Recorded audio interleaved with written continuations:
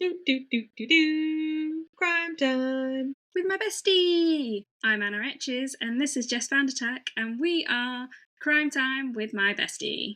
Because you're my Hi, bestie. Bessie. Hi, bestie. How are you? I'm good, thank you. Other than I had a filling on Saturday.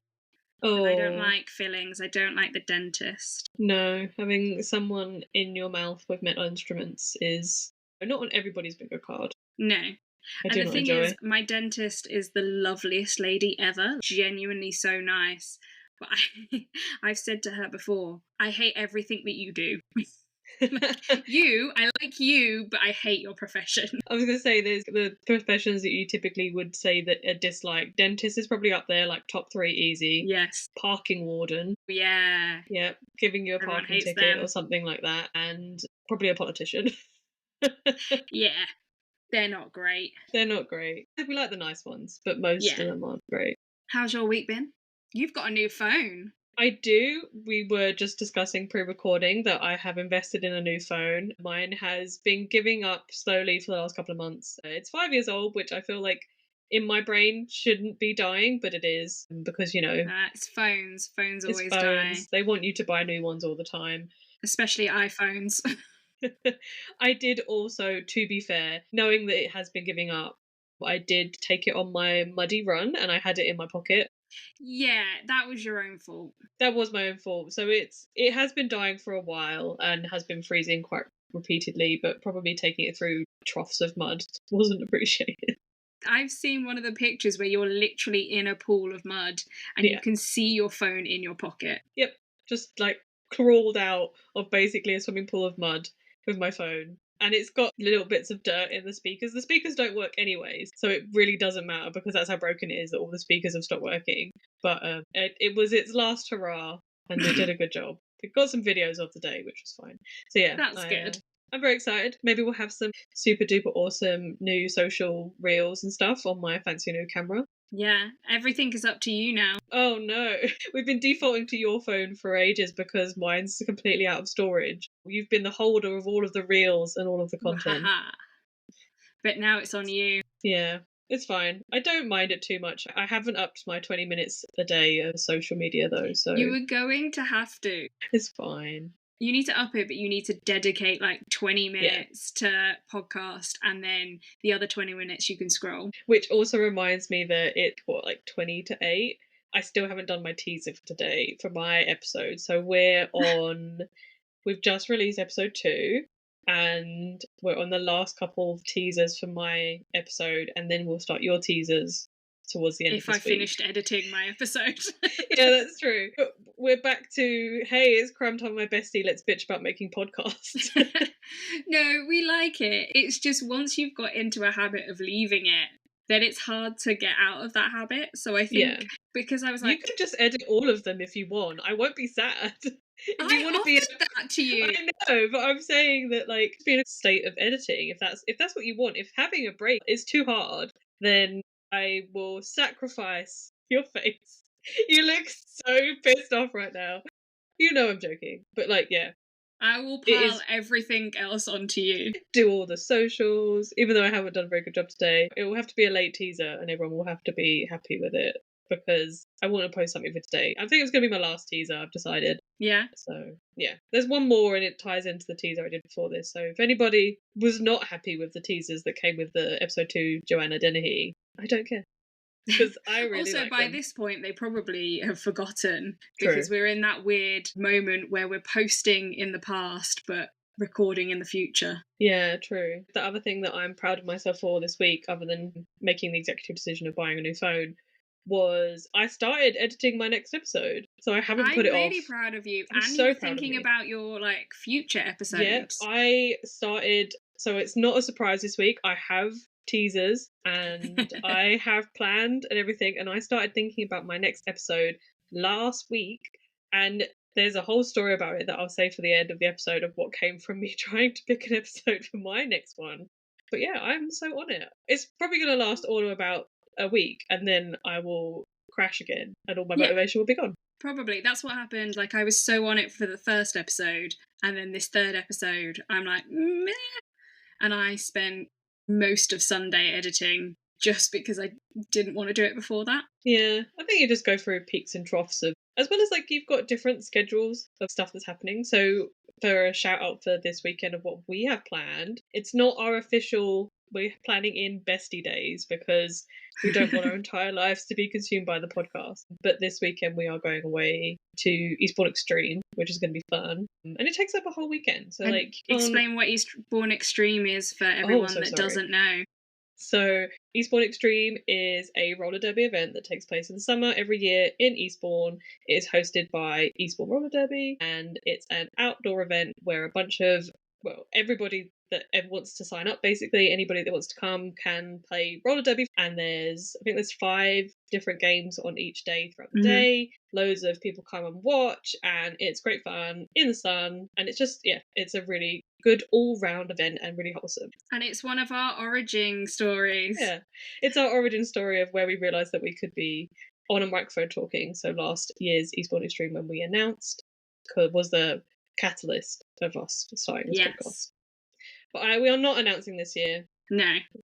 We've got too much. If we did the podcast and announced as well, I think we'd implode. Too much stress. I am skating though. I'm going to skate in one of the games and I'm reffing for 2 others. So I get to still use my voice for penalties and telling people that they've voice. been... Loud voice. My big girl voice. My big ref voice. Telling people to go to the box because they've been naughty. I'm going to use my big voice just to yell people on. I'm like, yay! Because I'm just going to be a spectator for the whole weekend.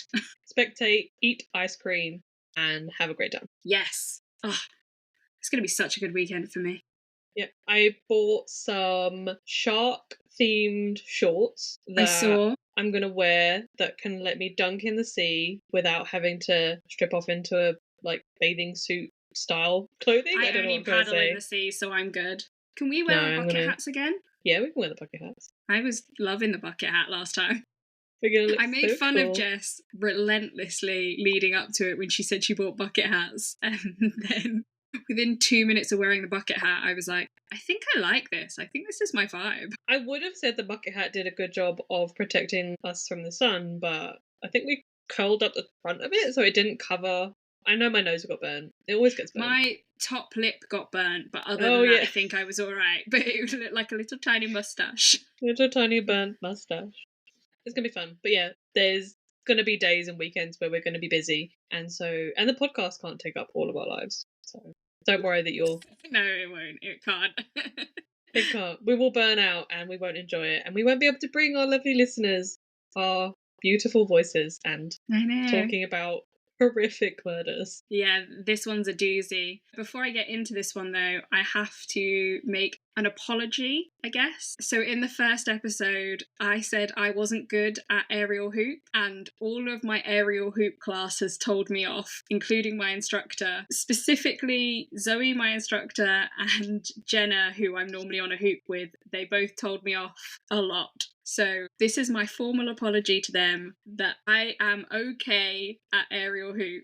They're probably going to tell me off for that as well. I'm very good at aerial hoop. There, I'm proud of you. You should tell everybody how awesome you are at aerial hoop. Because I bet you, in comparison to me, I would fucking suck at aerial hoop because I don't know what the bloody hell I'm doing. You are the king of aerial hoop. Queen.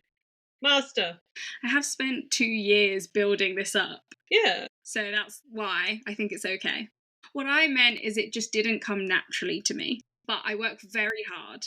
And I'm scared of heights, and I still go on top of the hoop because I am going on top of the hoop frequently now, and it is very scary, but I'm doing it. It still does blow my mind a little bit that you decided to do a activity that involves something, like, don't get me wrong, I get the whole, like, you know, combating your fears sort of thing, but I don't like heights. I'm going to have a recreational thing that I enjoy that involves hanging from a high height. It doesn't make sense in my brain, but... It doesn't make sense in anyone's brain, including mine, but apparently I enjoy it. It's a different kind of activity that isn't running, so... Oh god, if you see me running, I'm having a mental breakdown, or someone's forcing me and maybe you should get me out of that situation. Yeah, it's the, you turn 30 and you instantly want to run a marathon, and I'm like, no. I could not imagine anything worse than running a marathon. Genuinely, I can't run down the road. I tried it like once. It was lockdown. I did Couch to 5K, I lasted not even a week. And even that was hard. I think I downloaded the app and then listened to the first episode and I was like, no, thank you. I just No. really liked Sarah Millican and I thought she was funny and I thought she was a good person to listen to. And I listened to it and I was like, I'm not doing this. So But you have your cardio and skating, so yeah, I will do skating because it doesn't involve running. Apart from we have a wonderful coach. I don't know. I want to call them out. Like, so can I call out a coach? Crash yeah, of course. is a wonderful coach. I don't know whether she listens, but she is doing the due diligence of trying to get us fit. So we now have endurance at least once a month, and it is both exhausting and also does make you feel kind of good, and it does involve some running. So yeah. Go Crash for getting us in shape, but it's a lot, and I don't know how I feel about the running. Go Crash. When I come back, because eventually I'm sure I'll come back to roller derby, but when I come back, I might be mysteriously sick on all of those days. It was fun. What was it? We have a chat where we tell people to remember stuff for certain weeks, and typically, not always, but typically, it's like, oh, remember to bring your trainers this week, guys. And the majority of the times that you do bring your trainers, it is because it's endurance. And there was a thought about whether we would do it this past weekend because it was like 28 degrees and it was quite warm. And it was like, oh, if we tell people they have to bring their trainers, are they just gonna not show up to training because they'll have an inkling that it's endurance. And instead we talked about nutrition, which is also very important. Oh, that one's interesting. I like that. I bought protein powder. Oh, I know. I'm editing podcasts and drinking protein. who are you? I don't know. I'm not sure. I'm in my fit girl era. Today I have something actually. I have to put it out there. I made a cup of tea just before the podcast, and instead of eating biscuits, because I was like, oh, I could have some tea and biscuits, I made yogurt and fruit. What has happened? Who are I you? know. I don't know what's happened. Guys, this podcast might have to end here and there because I don't think I could be friends with her anymore. It wasn't the podcast that destroyed the friendship. It was me choosing fruit and yogurt over biscuits. Yeah. We became friends over donuts. I can't trust you if you're going to do this healthy girl. Yeah, but if you're going to do this healthy girl era, I don't think I can trust you. No, in all fairness, I'm in London next week. I'm in London on Monday, and I fully intend to attempt to go to Borough Market afterwards and get one of those creme brulee donuts. So Ooh, yeah, that's my plan. The donuts are forever the go-to. I will never not say yes to a donut. But donuts today are elite. They are. But yeah, I can't trust you if you're going to eat yogurt and fruit.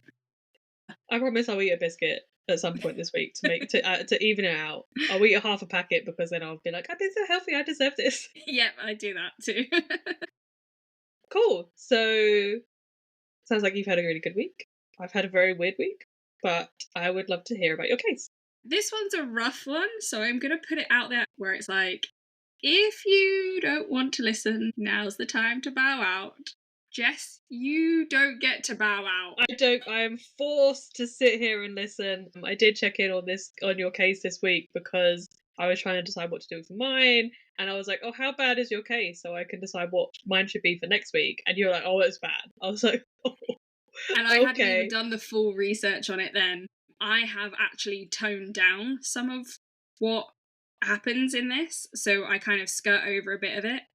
If you want to hear the full thing when we get to it, I will tell you. But in my notes, I've kind of toned it down a bit because, oh, lordy.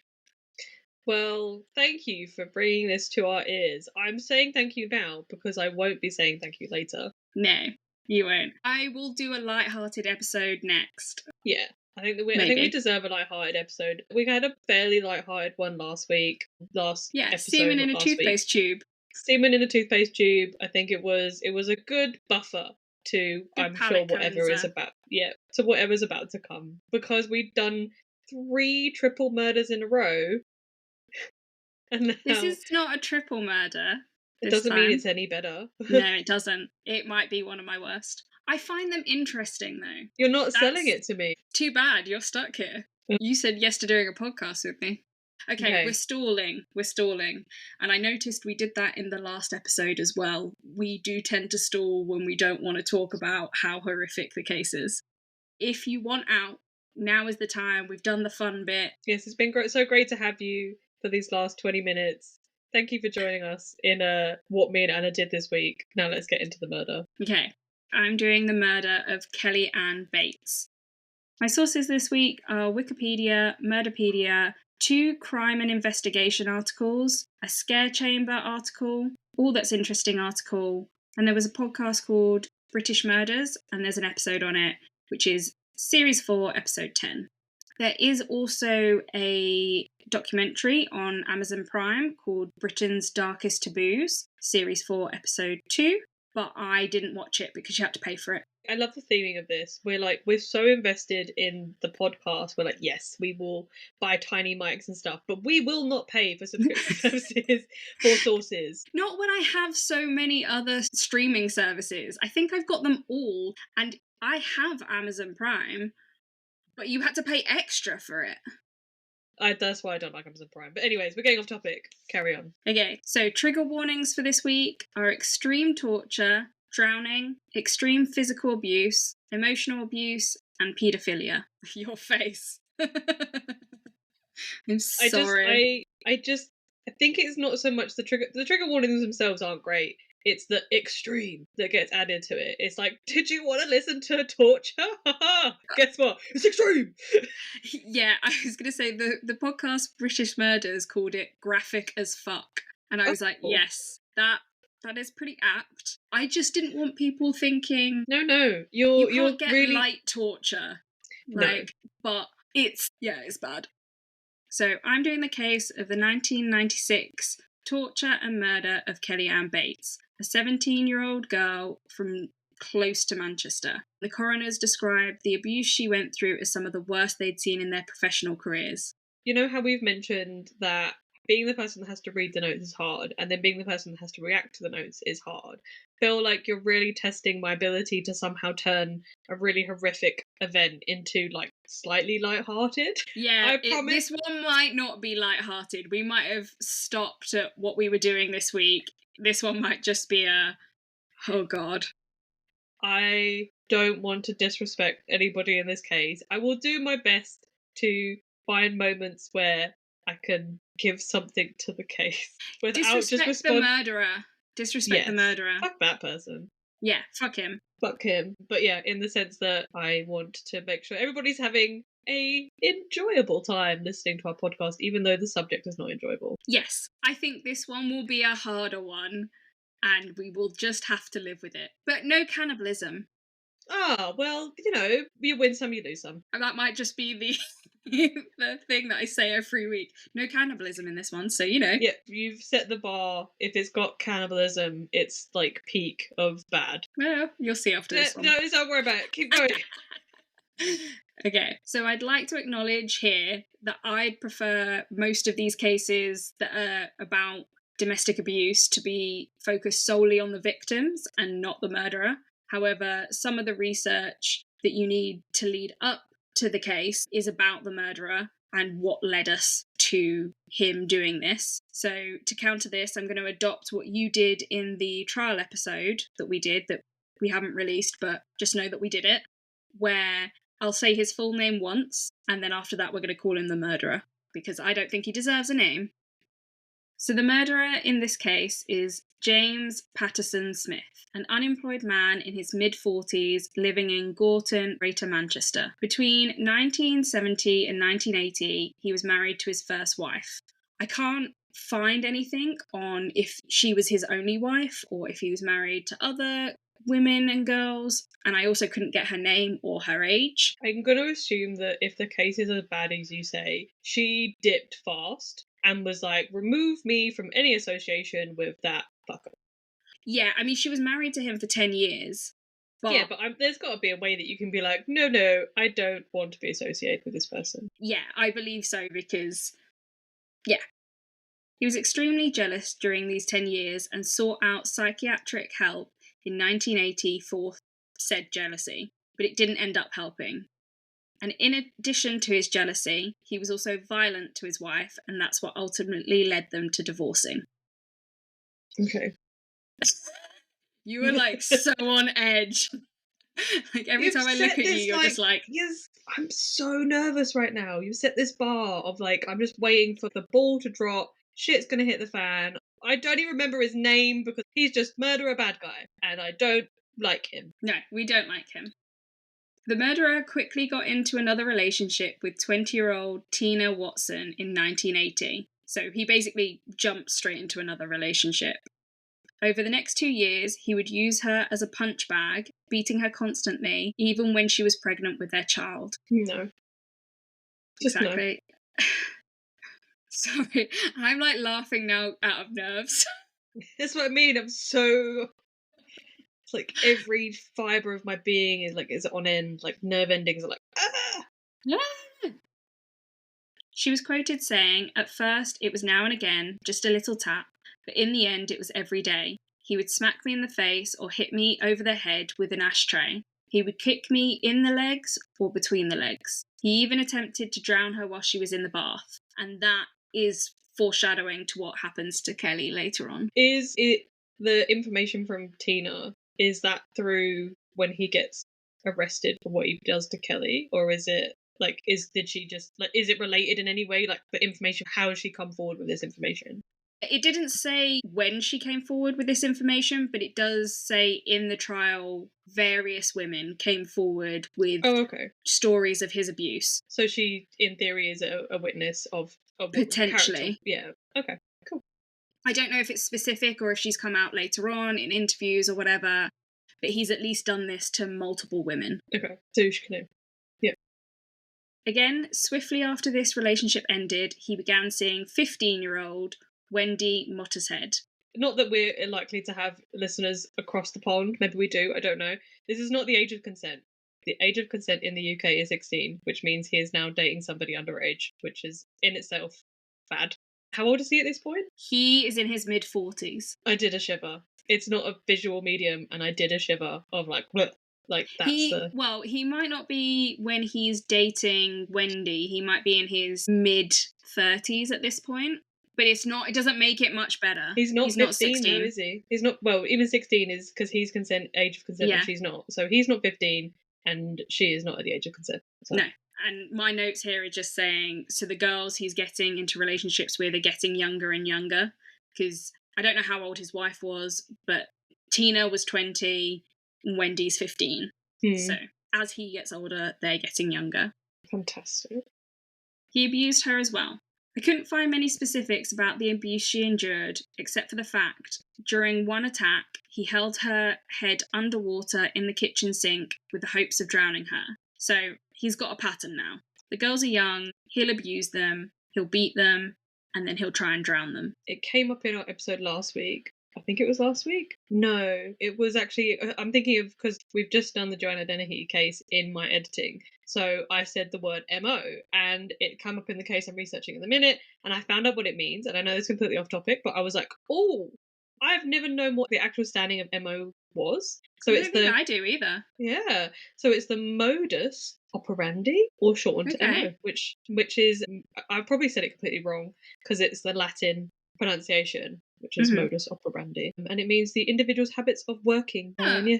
I mean, I knew it was like it meant kind of the pattern of what they go for or what they do, but I didn't know that. Yeah, because when I was reading the case, it was like their modus operandi, and I was like, oh, is that what MO is standing for? And I was like, oh, fancy Latin. That is fancy. Yeah, I'm so sorry. Oh, good to know. No, please do, because we need to jump in with something. Yeah, this dickhead, this is his MO, which we don't like, him drowning people, but we don't like the fact that he's a paedophile, we don't like the abuse, and we don't like the drowning. But we like the fact that it's either modus operandi or modus operandi. I feel like I like operandi better, but... Maybe operandi is like multiple things. It's just spelled D-I at the end, so it just maybe just but sometimes pronounce it. I'm trying to think of an example and I can't think of anything. It goes I at the end if it means multiple things. Oh, maybe. But yeah, there you go. Who knows? That is the definition of MO, or the Latin full phrase for MO. Interesting. Enjoy. Thank you very much. I couldn't find when the relationship with Wendy ended, and Kelly doesn't get into a relationship with him until 1993, so I can imagine he did this to multiple other girls during that time, because he seems to like jump from relationship to relationship. but nothing in any of my research said there was anyone else. I just can't imagine that he's not doing it to lots of people. No, like you said, seems like he's got a habit of it, and why break that streak of garbage? Ugh, yeah. I mean, if only he'd been caught quicker. If only. So that's the background of the history of him before meeting Kellyanne. So we can switch back to her being the focus now. Kellyanne Bates was born on May 18th, 1978 in Hattersley near Manchester. She had a close relationship with her parents and was described as a strong, independent girl who wanted to be a teacher when she was older. At the time that this all happened, she was at college and she also worked for a graphics firm. So she's a promising young lady. So how old is she, sorry? She is 14 when this starts, Okay. but 17 when she is murdered. 1983, did graphics apprentice, that what you said? She works for a graphics firm it starts in 1993, yeah, At 14? apparently. Oh, okay, fair play. Maybe she was at school for a bit and then she started working at the graphics firm at maybe 16 or something. I don't know. Yeah. No, it's fine. It's just it's a different time, isn't it? Like now it's like you have to be in school until you're 18 unless you're maybe doing an apprenticeship, and even that's kind of different. So Yeah. I was just like surprised if she was 14 with like go Kellyanne, but sad that obviously, like you said, very promising background and work life, but obviously Yeah. dickhead I came mean, along and dickhead came along. It's hard with some of this research to know exactly when these things happened. Like, when did she get that job? When was she yes, at this time? I apologize for asking such specific questions. I'm invested in the God, Jess, minute details. I know I don't even go into this much detail in my own research, and I'm like, I expect all of the answers. Why are you not giving me exact minute tell amounts of me information? everything. At what month was she born? Well, you did tell me I that, can but tell you that. That's May 18th. in what? Oh, right, okay. In what month was she working in this graphics firm? That one I can't tell you. Exactly. I I'm can so tell sorry. you when she left the job. Oh, fair play. I spoke too soon. You doubt me in my research. You are very, very, very. There's a word that is in my brain, and I don't want to use it because it's my teaser word. But you know when you've like picked a word and you're so excited to use it because it's like it's good. I've like got a new word today. Your research is very thorough. Thank you. Thank you very much. I feel like I could do more, No, don't. but I know Only that because we went on for so long in my last episode that I was gonna say I didn't want to seem I was ungrateful for your really hard work, but from you editing your current episode or your last episode is what, an hour and 23 minutes? yeah, Yeah, it's long. whereas I think my episode is like an hour and 5 minutes before I've edited it. So But the ones before, I think mine was 50. I think it was like 51 minutes and then yours was 55 minutes or vice yeah, versa. but I just mean for your sake, I as know. much as I love to hear you talk about horrific murders, I'm sure this one in particular as well, we can keep it short and sweet. Tell me more about Kellyanne. So, on top of being in college and working at the graphics firm, she would also babysit the local kids in her area. So, she had a full on schedule. Yeah. I think she was also sporty and stuff as well. Oh, she's an extracurricular person. She is an extracurricular person. It's through the babysitting that she meets the murderer. At the time, he was 45 and she was only 14. And I just put a literal child herself. She's just a baby. She's just a little baby. She shouldn't be looking after kids anyway. I know it was a different time, but I can't imagine a 14-year-old babysitting. No, in all fairness, it came up the other day on I don't know the reasoning, but it was like, what is the legal age you can allow another child to look after a child? And I think it's either 12 or 13. Really? Yeah. I suppose I saw something on like a Facebook group or something that said as long as they can ring emergency services and actually give a good description and say what your address is or whatever else, they're responsible enough. Yeah, responsible enough to leave them alone. I think it does depend on the age. Like if they're being left alone to look after like a 2-year-old, probably not. But it's the responsibility of the parent, obviously, to make the judgment. And I think it's like also not leaving them in a space where like they have to do anything that would be considered dangerous. So like not needing to cook dinner on the stove Yeah. or something. Stove? Oh my. I'm not American. It's a hob, sorry. I'm cooking anything on the hob. We're fillering again. So... We are fillering again, I'm sorry. Babies looking after babies. Mm-hmm.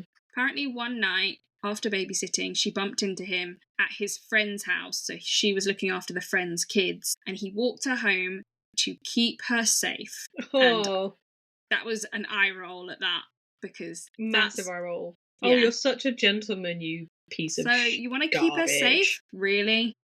Because that's when he starts grooming her. Yeah, how quickly you somehow changed your tune. I have so many insults for him. Please continue. Sprinkle them throughout the episode. Yes. She kept most aspects of her relationship a secret from her parents. They knew she was seeing someone, but she had told them a fake name for him, and they assumed it was a boy from her college. They realised that this was not the case when one day, Kellyanne decided to bring the murderer around to meet her parents. She told them, "Oh, he's only 32, so not much older." And in my notes, it's all in capitals saying, "Than 14? Over twice her age?" If I had come home as a 14-year-old with a 32-year-old boyfriend, I would have been locked in my bedroom and basically kept there. I would have been dropped at the school gate. Do you know what I mean? Like, it would not have happened. I'm not giving anything against Kellyanne parents. We haven't jumped to the bit, probably the next stage of whatever's going to happen or whatever's going to be said. I don't know. Yeah. But in the fact of, that would not have, in any way, shape, or form, have gone down okay in my household as a teenager. No, there would have been a blow up in my household as well. I do think Kellyanne's parents did what they could, because it goes on later on where she runs away and things. So even if they'd been really strict, I don't think she would have complied with it. So I think it's a really difficult situation for her to be in, or for her parents to be in, because They probably she's did not going to everything they follow. could. Yeah, she's not going to follow what they say, because she's 14 and she thinks she knows better. But dear Lord, if I'd come back, I don't think that man would have been living. No, I don't think they would have. Or at least had no teeth. They would have had no teeth. Well, yeah, my dad teaches all of the people that do jiu-jitsu in our hometown. I don't think anyone's surviving that. Your dad just like being obviously, an absolute my boss. dad is so chill. He is very chill, and also is very respectful with his craft as like a crazy level jiu-jitsu belt that I don't know the colour. 5th Dan black belt. Dang. And you can only get up to, I think it's like 10 Dans. Go, Dad. Don't get on the wrong side of your dad. Yeah, precisely. But no, yeah, it's one of those things that I can't imagine me, to be fair, saying that like, oh, my parents would have done this. I also, as a teenager, I don't think I would have dated a 32-year-old. I didn't even know a 32-year-old other than he's not even 32, he's in his mid-40s. She's lying and saying to her parents... Oh, she knows his real age. Yeah, she knows his real age, but she's saying to her parents, oh, he's only 32, don't worry about it too much. And I was like, what do you mean, don't worry about it too much? That's already over twice your age. Yeah. I remember when there were people hanging around that were only a few years older than us when we were 14, and we were like, this is weird, go away. Yeah, to be fair, who is now my husband, I was 17 and he was 18. Even that was like, oh, scandalous. Like, you can buy alcohol. And an older man. I know. 1 year older. You can buy alcohol and I can't because I'm not of legal drinking age. Oh. But yes, we will reiterate that the age of consent in the UK is 16. She is 14 at this time. This is all kinds of wrong. This is pedophilia on a massive scale. I learned something the other day about the phrase paedophile, and apparently there's different age brackets. So, not saying that this isn't paedophilia because he still likes girls of a certain age, but you can put yourself in different brackets depending on the age of girl or age of person, sorry, because it's not obviously just specific to gender. But I think it's like below the age of 10 is considered a paedophile, and then like you have a certain phrase for like if you're a teenagers. So, do you remember what that word is? No, but now I feel like I'm really getting off. Google it, and then I'll carry on. Okay, so I've googled it. It is a hebophilia. So okay. Hebophilia Close, is but not. Yeah. So you've got paedophile or paedophilia, which denotes the. Sorry, I found an article. Oh, we'll link so I've got a source, which is the National Library of Medicine. So the term paedophilia denotes the erotic preference for prepubescent children, whereas the term hebophilia has been proposed to denote the erotic preference for pubescent children, so the ages 11 or 12 to 14. So there you go. So he's a Hebophilia. He's a hemophile. Either way, he is a garbage human. They're Garbage all human. bad. It doesn't make you any less disgusting if you're a hemophile. No. But I've learnt so many new things this week. I've been editing, I've been eating yogurt and berries, and now I learnt a new phrase. You have new words in your vocabulary. So many words. So many words. Okay. When interviewed about that moment, Kellyanne's mother said, "As I walked in, he swaggered down the stairs, and it made the hairs stand up on the back of my neck. He was much older than I expected and looked a bit like John Denver, but he was smarmy. He said, 'Nice to meet you at last,' and all I could think of was how I wanted to get rid of him. This wasn't the man I wanted for my daughter. I vividly recall seeing our bread knife in the kitchen and wanting to pick it up and stab him in the back. I've thought about that many times." Oh, that's So she horrible had for her mum. quite a visceral reaction to seeing him. You've got to have some serious like aura around you that if someone's immediate reaction is to literally stab you, that you're all darkness and gross. Yeah. Yeah, I can't imagine that he's giving off a nice vibe. Even if it wasn't as dark as it's going to be, calling someone smarmy, like that's just, they give off an icky vibe. Yeah. It feels like he needs worse than icky, but it is. Yeah, it's but do you know icky. what I mean? At best, it's icky. Yeah. At worst, it's murderer. On a scale of from icky to murderer, what do we think about this person? Sorry. No, I think it's great. I really like it as a definition. It's like a new scale of how to define a person in the future. Like how much do we dislike this person, or how much do they give us the problem from icky to... But like smarmy gives me used car salesman vibes, which is icky. Like they're trying to fool you into buying something that you don't want to buy, but then the scale goes to murderer. Okay, I get it. I like Make it. sense? Okay. Yeah. You still find it funny? I do. I don't know why. Margaret did confront the murderer about his age, and he said, "I didn't tell you because I thought you wouldn't want me being with Kelly because of the age difference." And I said, "Too bloody right." Oh, yeah. Who's going to be like, no?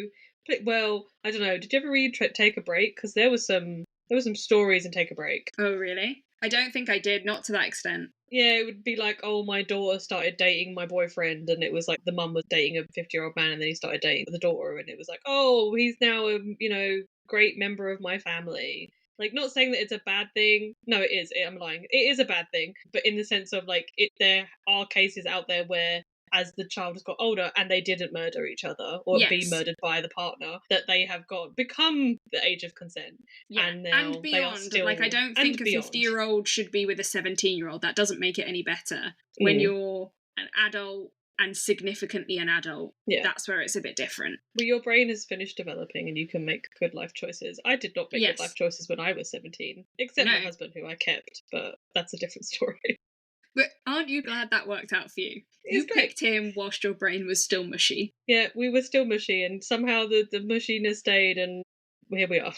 So I don't know at this point whether they know exactly how old he is, or whether they still think he's 32. But it's still, either way, it's not good. It's still bad. Yeah. At the time, he was 1 year older than Kelly's dad. The dad's 31. Oh no, he's 40. Sorry. In his 40s, yeah. I keep forgetting that he's actually in his 40s. Yeah.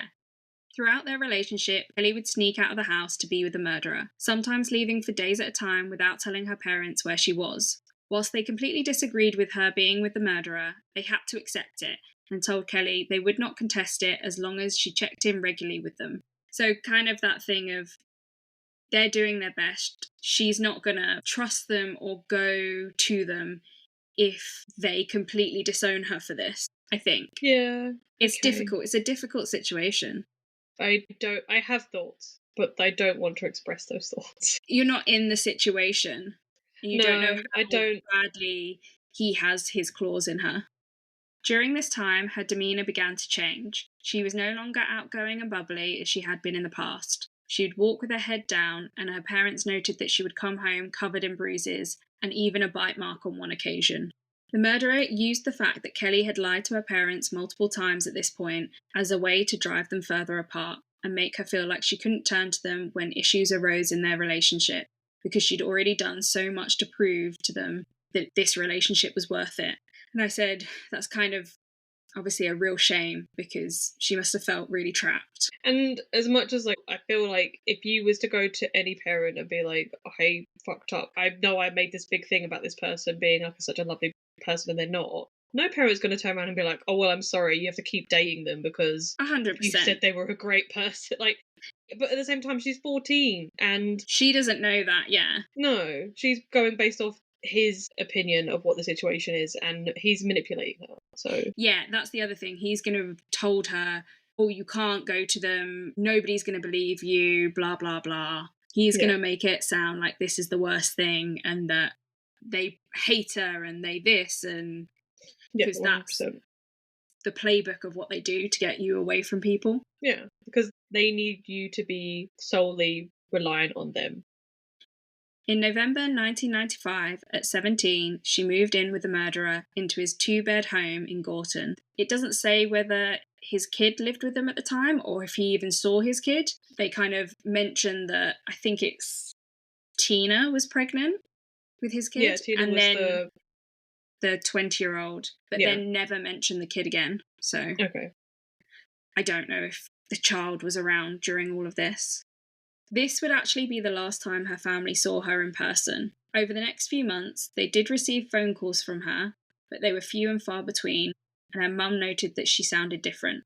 They would also receive cards from her, but they were in the murderer's handwriting, not in hers. Oh, Yeah, it's like Leonardo Cianciulli, who was like basically fake. It's fake. It's all fake. Like even yeah, if she is alive at this point, he is creating an idea or an image that everything's okay. And yeah. I'm glad that they realized that it wasn't her handwriting, but it just It's rough. it's rough and it's so sad. The whole situation is just so sad. She is alive at this point, but obviously she's living in a bad situation, so that doesn't really make it any No. better.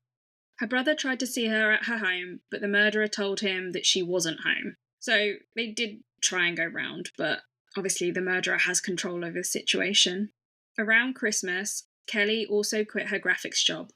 Told you, I knew when she You ended knew that job. exactly. I'm super impressed with, like I said, the thoroughness of your research. Thank you. So I said, so she's completely isolated and at the mercy of the murderer at this point, who is also unemployed. So he has all the time in the world to abuse her. Right. I was going to say she's got no job and no outlet to get away, but not only that, but now they are together 100% of the time. Mm-hmm. And if her brother's not allowed in, I'm going to make the assumption that she's not allowed out. No, it did say in one article that, like, I think even a neighbour tried to go round and she's not allowed out, so she's not allowed to see anyone, do anything. Yeah, because obviously the saying to the brother that she's not there is a lie, Mm-hmm. She was upstairs, I think. obviously. Her parents thought about contacting the police, but because she was 17 at the time, they knew the police wouldn't really do anything. They did contact some authorities and they suggested making a doctor's appointment in Kelly's name, and then if Kelly did show up, they would be able to assess the situation. I don't know if they followed through with that plan. It doesn't really say anywhere. Either they didn't follow through with it or she just didn't turn up. I don't quite get how that works, though. Like, if you make an appointment in her name, like how that would get her to go to the appointment. I guess any way to obviously attempt to alleviate the situation or get her out of his, I don't know what the word I Control. want. Yeah, control, hands, out of the situation, even for a fraction of a second. But Yeah. he's not going to let that happen. Yeah, I don't know how that would help. It feels like a failed attempt to help, but it just doesn't Yeah. feel like it would have done anything. No, I agree. I suppose it's just last ditch, anything that Yeah. even possibly could help. I don't Yeah. know. The last phone call her mum received from her was on March 16th, 1 month before her murder. And now this is where we're getting into the actual murder. On 16th of April 1996, around 5 months after Kelly moved in with the murderer, he went into the local police station and calmly told them that Kelly had drowned in the bath. He made it seem like an accident. When the police entered the home, it was obvious that this was not the case. There was blood on the walls and Kelly was in bad shape before she died. I don't understand why, do you know what? I want to know if there's like a time frame of like if they figured out how long that she'd been dead at the point where she'd been in the. Do you know what I mean? Because in my brain, why you would walk to a police station and not call an ambulance? Do you get me? It doesn't say, but basically he kind of doesn't really care about her. Oh no, I know that. I know that he gives zero shits, but in all of the really well-known cases out there. It's someone ringing up going, I found my person at the bottom of a staircase. Do you know what I mean? Like, Yeah. I found this person, you need to come quickly. I found them and I pulled Kelly out the bath. She's drowned in the bath. I need you to get her quick. She's not breathing. Do you know what I mean? Why is it I've walked to a police station, I've wandered in and gone, oh, my partner's dead in the bath. Can you go and fix it? Like, Yeah. do you know, it doesn't make any sense. Like, there's being stupid and there's just being him. Yeah, I can't imagine that he ever thought he was going to get away with it. He does say something like, I don't have it in my notes, but he says something like, I know they're going to get me I know she's dead. I know they're going to get me for it. But then he still tries to get around it. It's weird. Yeah, like a last-ditch attempt at hoping that maybe they would believe his bullshit story. But when you hear about what's happened, there is no way around it. I know that there's probably no way around it because, again, there's dumb and then there's him. Mm-hmm. But in the sense of he could have done better at trying to cover up his own murder. But you know what I mean? Stay stupid. Stay stupid. Douche canoe. Okay, this is where it gets dark. Okay. The murderer had tortured her for weeks leading up to the murder. There was over 150 individual wounds on her body. He had burnt her with both irons and boiling water. He had tied her hair to a radiator, and another time he had tied her hair to a chair and ended up scalping her. He strangled her. He'd broken her arm and crushed both of her kneecaps so she was fully reliant on him. Oh my god. Yeah. This poor girl. Mm-hmm. She'd been stabbed dozens of times in her legs, torso, and mouth. She had been starved and lost over 44 pounds and was not given any water for several days before the murder. And then, worst of all, in my opinion, he'd gouged out both of her eyes at least 5 days before the murder, potentially longer. Mm-hmm. Oh, Yeah. I don't have words. I know this. My brain was like, I want to know what 44 pounds is, but it doesn't matter. It doesn't matter because 14 pounds is a stone, so 3.5 stone. Losing 3.5 stone is horrific in that you're being starved. Taking someone's eyes is unreal. The 44 pounds in kind of, I will give you a kind of example. I think at 14, 15, 16, I think I was about 100 pounds. So like a third of her body weight. Yeah. And also without water, like I think you can only survive so long without water before you will literally just die from dehydration. I think it's like a you few can actually days. live I think you can live quite a while without food, but you can't live long without water. You will just die from dehydration. But yeah, the eyes are the worst bit, and I've made that better. Do you know what? I think I am happy with that level of detail. So thank you very much. Okay. I don't think I have it in me to have the extra bits of information. Mm-hmm. And I think just that on its own is enough to understand the state of the case and what was done to Kelly. And I think that as much as for the purpose of what this podcast is about true crime and murder and stuff, I don't think for her sake we need to be any more detailed because that is enough to be. I agree. That's why I left it and I was asking because I don't have many triggers when it comes to true crime. I can hear about, you can be like, oh, he decapitated her, and I'd be like eating my dinner whilst I'm listening to the episode. Can hear about cannibalism. There is not much that throws me off. And some of the extra torture, I was like, this is rough. Yeah. This is really rough. I think that's enough. Thank you. I'm good. You see all of my warnings now. Very, very fair, very valid. William Lawler, the pathologist who had examined her body, said, in my career, I have examined almost 600 victims of homicide, but I have never come across injuries so extensive. And then the thing that killed her was that she was drowned, but before she was drowned, she was also hit in the head with the shower head to knock her unconscious. I know it sounds horrible, but for her sake, I hope, even though you say for her sake, everything up until that point must have been horrible. Yeah. Horrible is not even the right word. It doesn't go to the extreme of what depraved word would justify. Depraved. Like there's no word that could justify a description of what she went through. But if for her sake, if she was unconscious and she just wasn't aware of what was happening, there's a part of me that kind of feels like that would have been nicer. I've heard that a lot of people say that in terms of like drowning versus burning, drowning's actually like more because you stay conscious for so much longer. I suppose whereas so you suffer more. Yeah, whereas like if you're burned alive, your body goes into sort of like complete panic and shock because the pain is so extreme that you just kind of black out. Yeah. Whereas, at least from what I think is the case, I could be completely wrong, but it makes sense because it's like a slower death than burning. yeah, your lungs are filling with water, so you're choking to death on water. And you're aware of it. Yeah. I really hope that whatever comes of this is enough for this person and the vile human that they are, but I don't know whether it's going to be. So, well, yeah, we shall see. We shall see.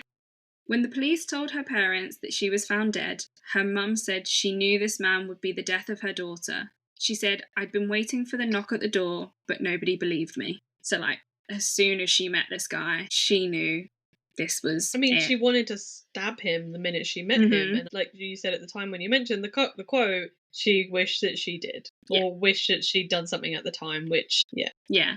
So we're moving on to the trial now. And it was essentially the murderer trying to justify it against everyone else. Does it say what he pled? He pled not guilty. Did he plead? You fucking kidding me? Nope. What? Douche canoe. Why? I don't know. It doesn't even deserve it anymore. Honestly. He pled not guilty to murdering her, so... What, because murder has to be with, was it intent and premeditation?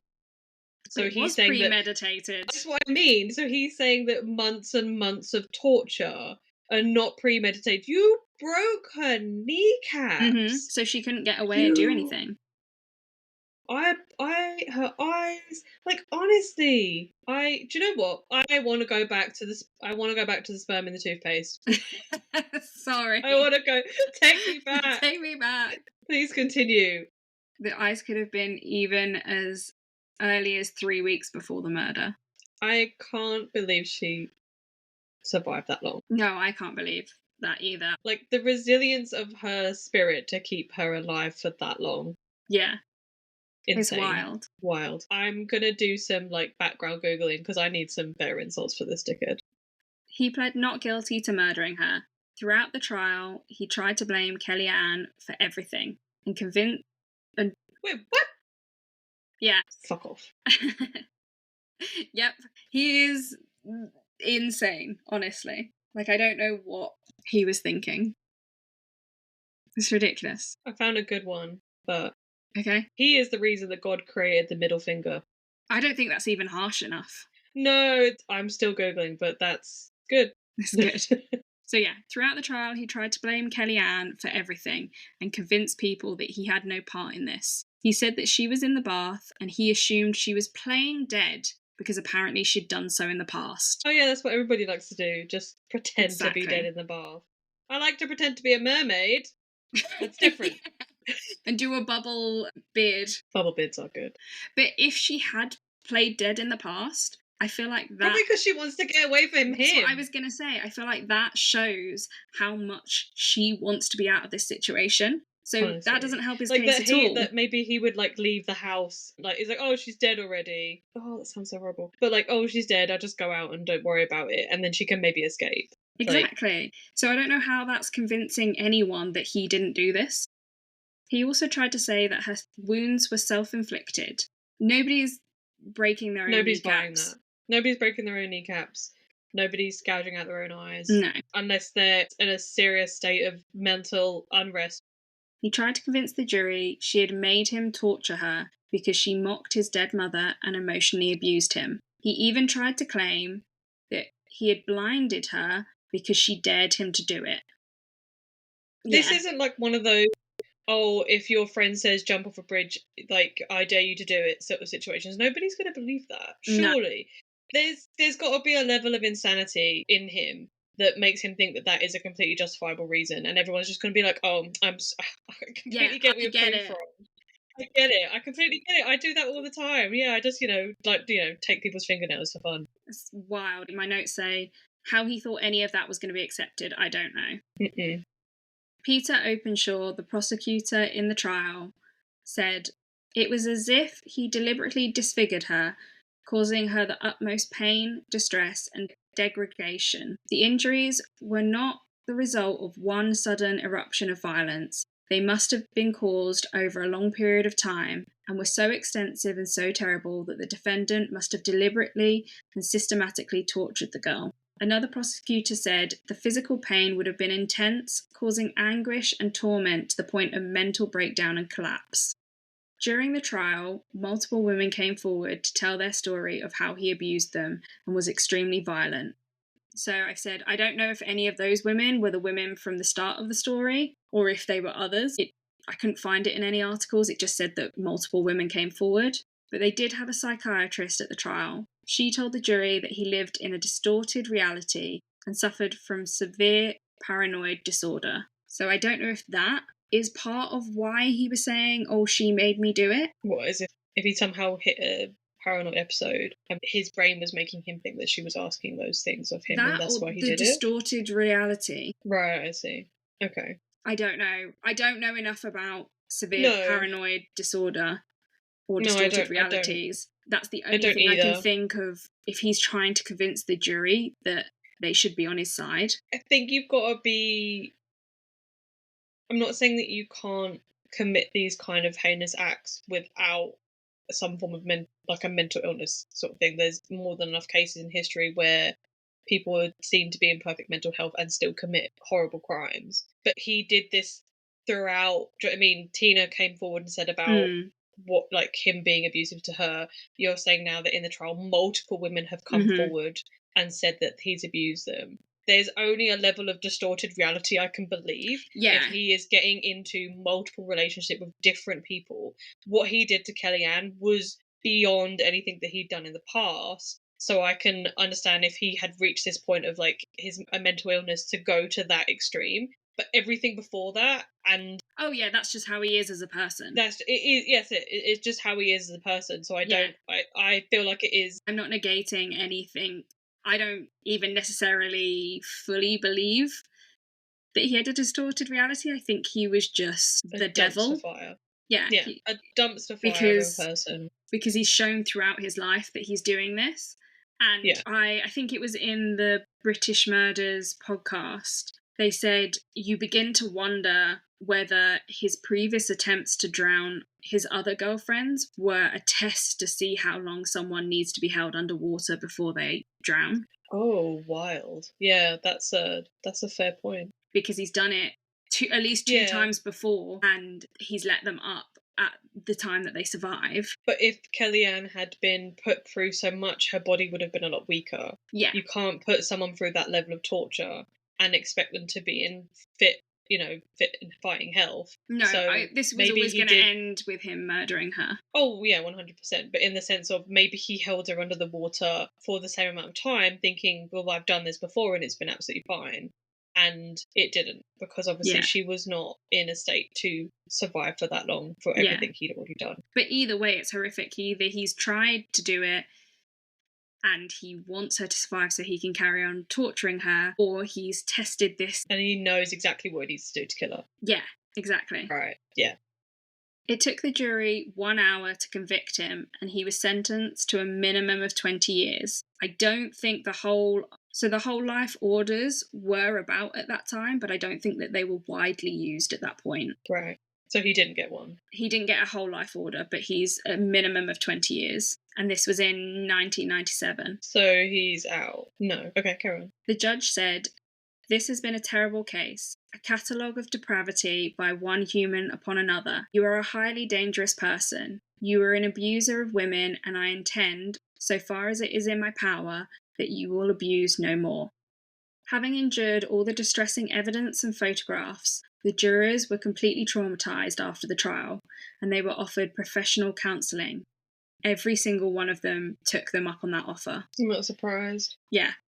I mean, after all of that and seeing the photos of it as well. Yeah. I know that has to be part of a case, but you don't get to pick Yeah, there's so much. And like you don't get to pick if you get called for jury duty, you don't get to cherry pick what case you get given. No, So it's like you're here whether you like it or not.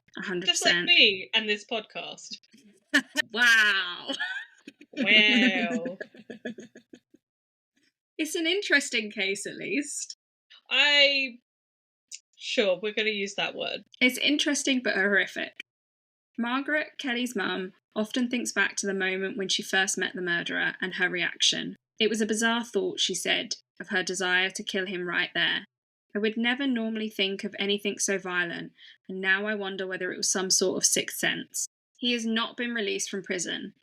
However, he has had his first parole hearing in 2023, and they declined to make any changes to his confinement. Okay. So I don't know how long that lasts, but for the moment, he's still in prison. None of the articles actually that I was researching told me that he'd had his parole hearing. I actually found that in a Reddit post, which I know is not the most reliable source, but I really needed to know whether he was still in prison or not.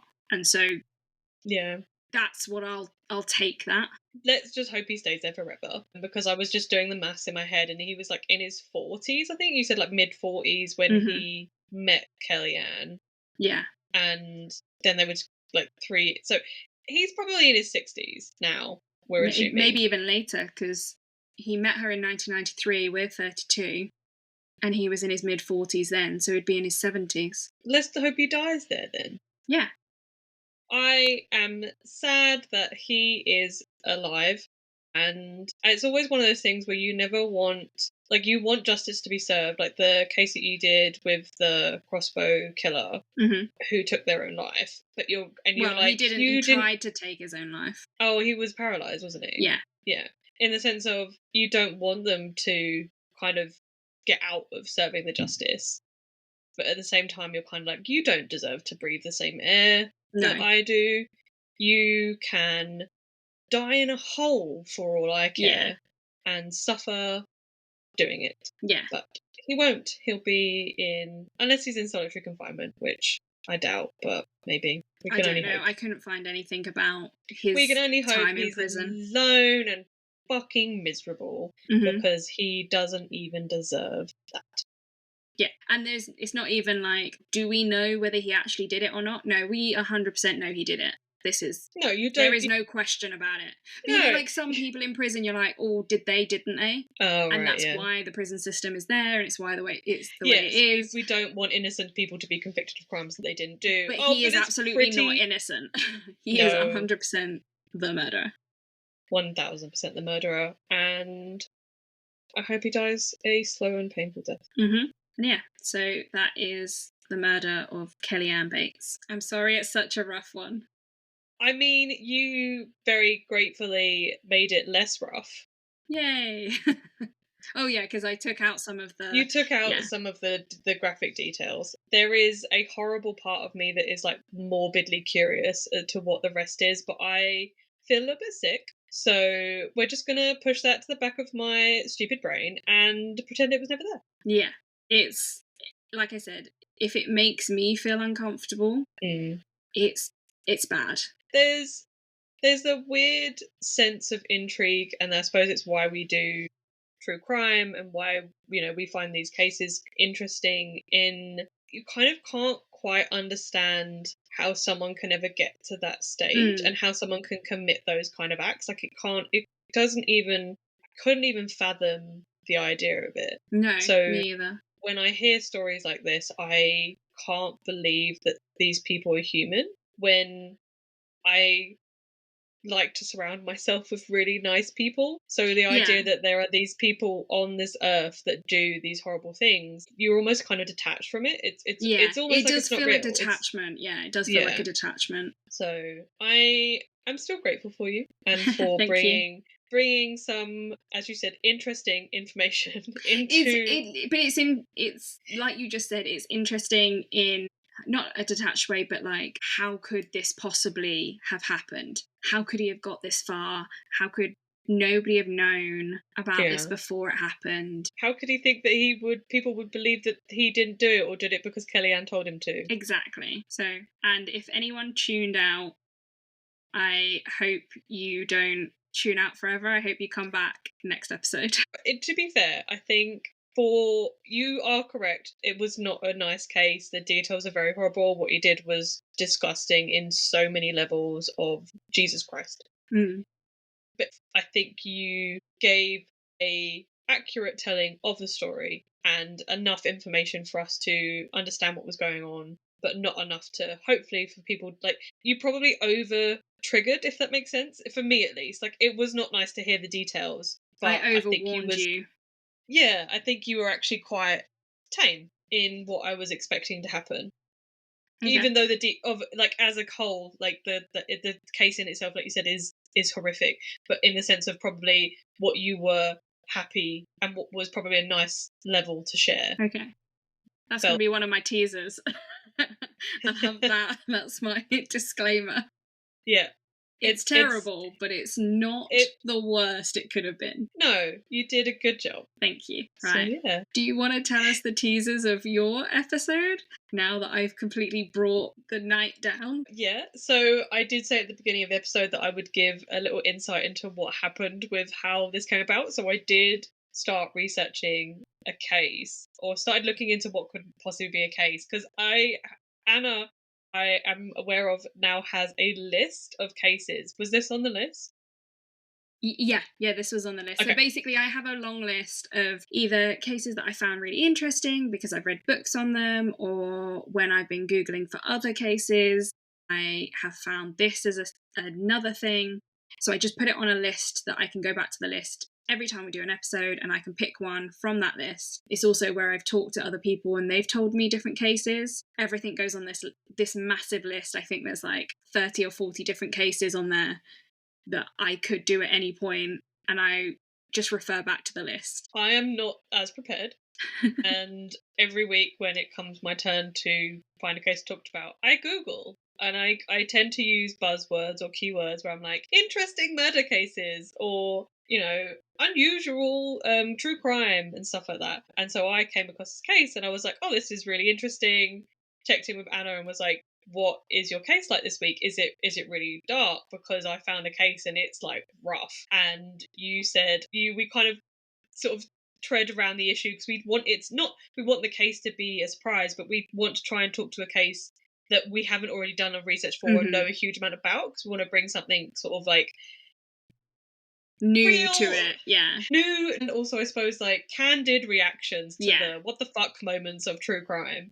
And so I started talking, kind of giving details roughly about this case, and you were like, oh, I've read a book on it and stuff. Yeah. You've been given a book by You gave one of me the friends. location and you said, this is the worst one in this location. And I was like, is it this? And you were like, yes. And I was like, I've got a book on that, and that is on my list, and I really wanted to do that at some point. Yeah. So I'd started researching it, and I was like, okay, I'll find another case. And then I was like, oh, I'm going to do this one. And you went, oh, my boss has given me a real interesting take on this case, and so you're stealing my research. And I was like, oh my god. Actually, I said I will get Mars to send you the research, and then I jokingly said, oh, so you stole this case off of me and now you're stealing Mars's research off of me.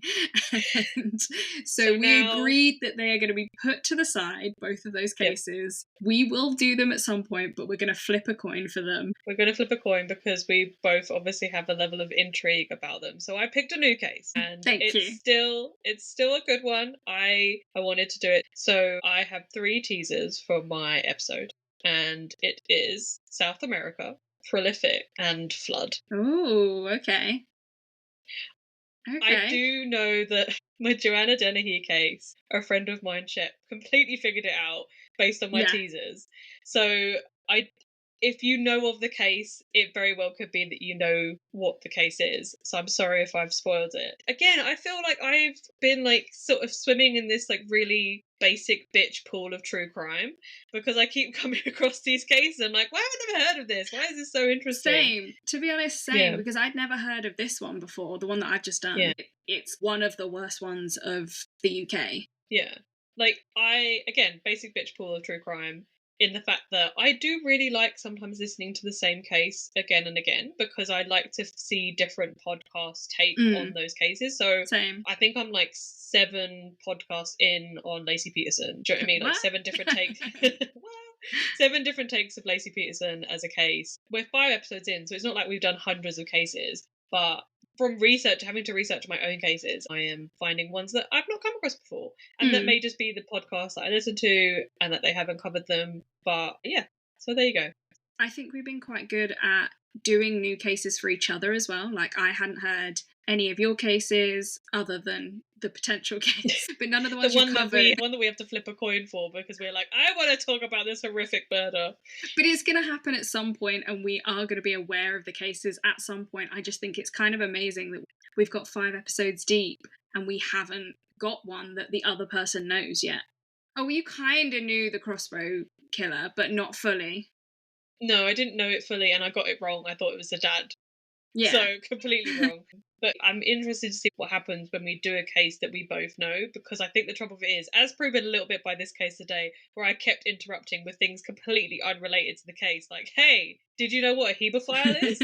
But in the fact of, like, where, like we said in a previous episode, we've had a comment saying, oh, you know, the podcast is like listening to you guys if I'm having a cup of tea with you, or we're sitting together in the living room or something. I'd feel like that will be very hard for us to not be like, oh my god, do you remember this point in this case when this happened? Yeah. And we'll be so like, I have details that I remembered from my 15 podcasts that I've listened to that have covered this, or this many documentaries that I've watched on it also. Yeah, it's going to be that will add to it a bit, though. I think it'll be fun. Maybe we can do that for like, we could always, I've thought of an idea for like maybe like a 10 episode case where we could do one that we both know, and then we can like a little like an episode so special. We break from what we do it together. Maybe, and we could just as if we're telling you, the audience. Oh, we'll have to get really serious. We'll have to get really serious, and it won't work in any way, shape, or form, because we're not serious people. It's still been a good episode. I still really appreciate you. And we recorded on a Tuesday. Yes, we recorded on our recording day, which is the first time ever. We're 5 episodes deep, and we have done it on every other day except for our recording day. And we were very nearly on time. I think we were only a few minutes later than what we actually planned, which again, we normally say we're going to record at 7:30 on a Tuesday, and 8 p.m. on a Wednesday, we're texting each other like, you ready yet? So I'm so proud of us. We are prepared. We are growing. You are still recording your episode, and I still haven't done my teaser for today. So I feel like we've got to round it up. With I've added the first pass. It'll be fine. I work better under pressure. It'd be great. Okay. Well, anyway, thank you so much, bestie. Thank you so much, bestie. Thank you for listening. And thank you, besties, for tuning in. We love you. Please come back. Yeah, we do love you, and I promise. Again, next episode, light-hearted, something. I don't know what yet, but something. I don't think I have any light-hearted ones on my list. You need to bring sperm in a toothpaste tube level of chill. Yes, I do. All right. Bye, besties. Bye, besties. Bye.